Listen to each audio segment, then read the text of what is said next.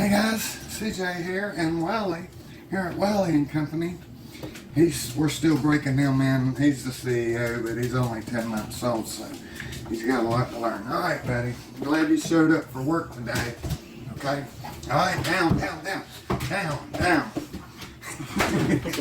down, down, heel, whatever you call it. All right, let me get this straightened back up. I'm glad you guys could join us today. For this episode, we're going to have Spinach Manicotti. Everybody loves Spinach Manicotti, right? Well, I do. So we're going to go over this recipe, or she is right quick, and I'm going to just pick up stuff as she goes over it. All right, so of course, obviously, you got to have manicotti, right? Noodles. Whatever. And we're going to boil those for about 5 minutes. I like to boil them al dente stage because then they're easier to fill. Okay, and then you have to have ricotta cheese, which that's in the back there. That is actually homemade ricotta cheese that I made. So, but obviously you can buy the store-bought. And then of course you need to have spinach. And this was frozen spinach because they didn't have any fresh spinach. So I actually pulled that out this morning and let it drain most of the day. And then you need a sauce of your choice. This is my homemade sauce. And the reason I have a jar and a half is that half the jar has hamburger in it that we used for spaghetti. So we're going to just mix them and use that. Right. And then you need an egg. That just helps pull everything together. Some mozzarella cheese for inside and also to sprinkle on the outside. And then if you want to do Parmesan cheese, I know some people don't like the grated, but that's all I have. You can get fresh Parmesan cheese if you like. And we're going to throw in some onions. It's an optional thing because we had some and we just chopped them up. So the water's already boiling, so you can go ahead and open these up and just pull them out and show them What they are. yeah, basically they're on a tray. They're not like spaghetti where they're loose. And the recipe calls for 1 package, but we're going to do half the recipe because it's only 2 of us, and I also don't have the full amount of ricotta cheese. So we're just doing this tray? Yeah. Okay. If we have leftover stuff after we mix it, I sometimes freeze it and use it later on. So, Right. So go ahead and put those in and put the timer on for 5 minutes. All right, the water is already boiling now. Yeah. Just take them over here. Now tell them about the trick where you don't wait for them to get totally 100% cooked, how it's easier to stuff Right. them. Normal cooking form is 8 to 9 minutes, and I only do about 5 minutes to make them al dente because I would like them to be a little stiffer when you're putting the stuff in, because manicotti is a little harder to stuff than the like shells. You can also use this recipe to do stuffed shells if you like that. So go ahead. We're going to mix the stuff that goes inside. So go ahead and spinach. Yes. Oh, what? I put the timer on. How long did you say? 5 minutes? Yeah. Sorry. All right, we put the spinach in. We get the onions, all these. Yeah. All right. And then go ahead and put the ricotta cheese in. Okay. And this is about 12 ounces of ricotta cheese because you can see it's half the container. So all of it? Mm-hmm. All right. And like I said, this is homemade ricotta cheese. It's my first attempt and it looks pretty close to store-bought. Yeah. Okay, and then you're gonna, the recipe that we'll be putting up says a package of mozzarella cheese, but we're not gonna use all that, so just maybe, yeah, that's good. That's good for that. Okay. We're gonna put some on top. He loves, All right. he loves cheese, as you can tell in a lot of our videos. Recipes, yeah. Okay, and then you can sprinkle some of this in if you like. Okay. All right.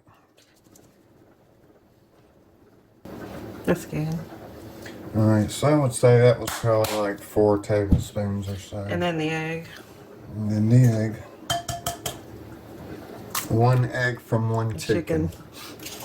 Yeah. All right. And mix it all up, or Mix all that up. you don't have to put the stuff in there yet. Nope. All right. So what's your preferred mixing tool on this? That white spoon, but This is not a spoon, but we'll assume that it is. it is so. This is not a spoon. Alright, well, we'll argue about this later. Okay. Just mix it up till it's all a paste. Uniform. Now you can do this also without the spinach, and if you want to do like a part meat, then you could do hamburger, just brown it up and put a little bit of sauce. Don't make it real saucy, but just enough to, you know, give it a little time, because you're going to put sauce on the bottom and the top of the whole dish. Alright. And so you would stuff half of it, or put the meat part in the middle, and then this, we'll show you, because they're tubes, and it's, Alright, that looks pretty well secured. yeah, it looks really good.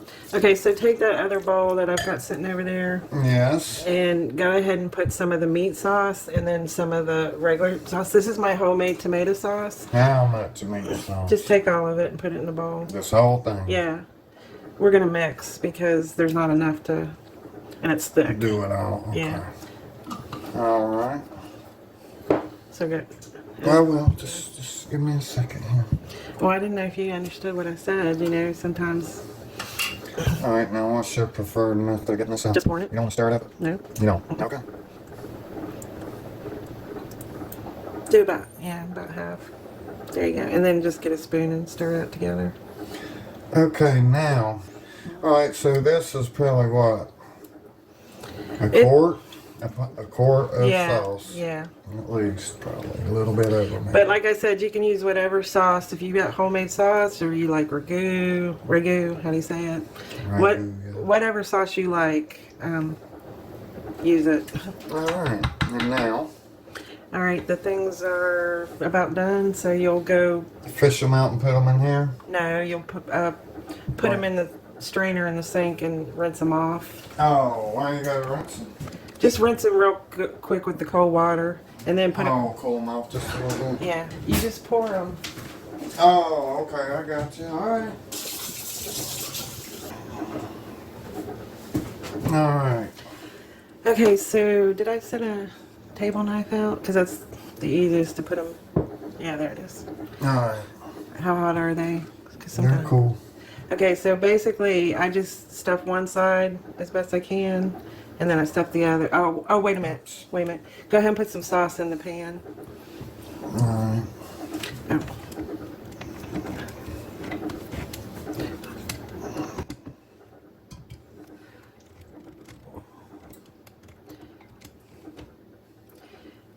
And as you can see, this is About enough. half of it, you think? Just enough to cover the bottom. That's enough. Yeah, there you go. Maybe I'll add a little more. There it goes. I think it's on the Alright. We can always put more sauce on it, right? Yeah. So as you can see, this is a pretty simple recipe. The hardest part is stuffing the manicotti. So I'm gonna take our manicotti and just start stuffing, huh? Yeah. It's a little messy. You might. Where's your thing that, like for your cupcakes and stuff that you squeeze icing into? Well, I've tried that method before. I don't have any frosting bags right now. I've also done where I put it in a Ziploc bag and put a hole and stuff, but it's still messy. I'm just getting on camera. Kind of. Yeah. Okay. You want me to come over and help you? I tried that. It's always messy for me, so. Now, when you flip it over to do your other end, you want to hold the other end or it'll go right back out. Right? Yeah. You want to fill them up good, right? That's good. How's that look? That looks really good. It doesn't matter if you get a little bit on the outside because it's going to get covered in sauce. Okay. Yeah, and then you just lay it in there. Okay, we laid it in there like that, guys. Alright. Do you want help? I guess, yes. I need something we can open it and then put your stuff in and roll it up and match it. Well, some people do cut them. I don't know. See, I'm messy too. Look, I'm not doing anything. I can't do it. What's that about? So, me helping you? I mean, just take a knife and get all the way through. Wiley Bear, what you doing there, buddy? Wiley Bear.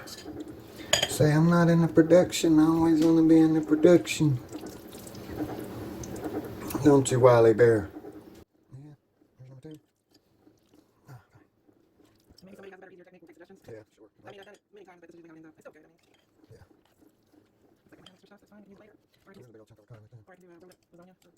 Another thing is you can do these ahead, or a lot of times I'll double the recipe and do the whole box, and I'll just go ahead and make them up. I'll make one for dinner and the rest of them I'll freeze. And yeah, it's easier to do it at home because I can see them dropping it in the dish. There's 4, 5. I got room for 2 more. And like this one gets split, so it's probably easy to do. Yeah, the other one's starting to too. So, I mean, I don't think it's hard if you split them, because you're turning them upside down and you do shells, they're split. They usually pretty much stay contained when they right.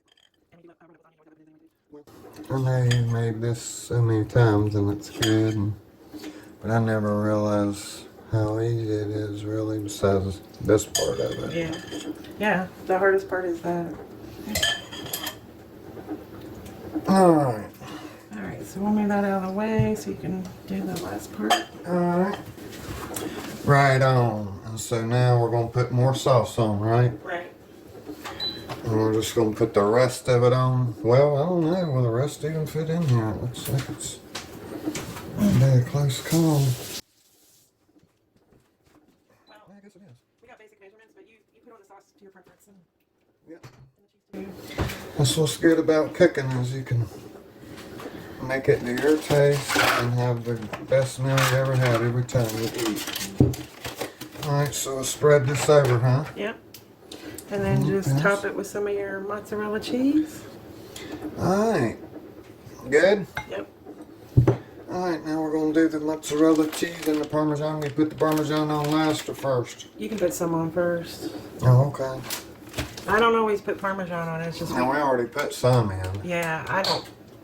Normally, a lot of times I don't even put Parmesan. It's just we actually have some because, you know, I got this big container, so. No, we didn't make this. No. I think the Parmesan cheese on it is good because when you start eating it, it sort of helps this sauce to stay together a little bit, I think. I may be wrong. Is that good? Alright, we'll just level this off. If you want to add salt and pepper to the cheese mixture, you're more than welcome. A lot of times he salts more than I do, so it's kind of So we're going to put this on, what, 350? yeah, and bake for 45 minutes. And we're going to put a piece of foil lightly over it. Okay, that'd be about good on the cheese. I'd push what's on the side. Yeah, like that. Okay. And we're going to put a light piece of foil over it. Not wrap it, just lay it on top. Yeah, So the top doesn't burn. The cheese Right. doesn't get dark brown. yeah. Hard, yeah.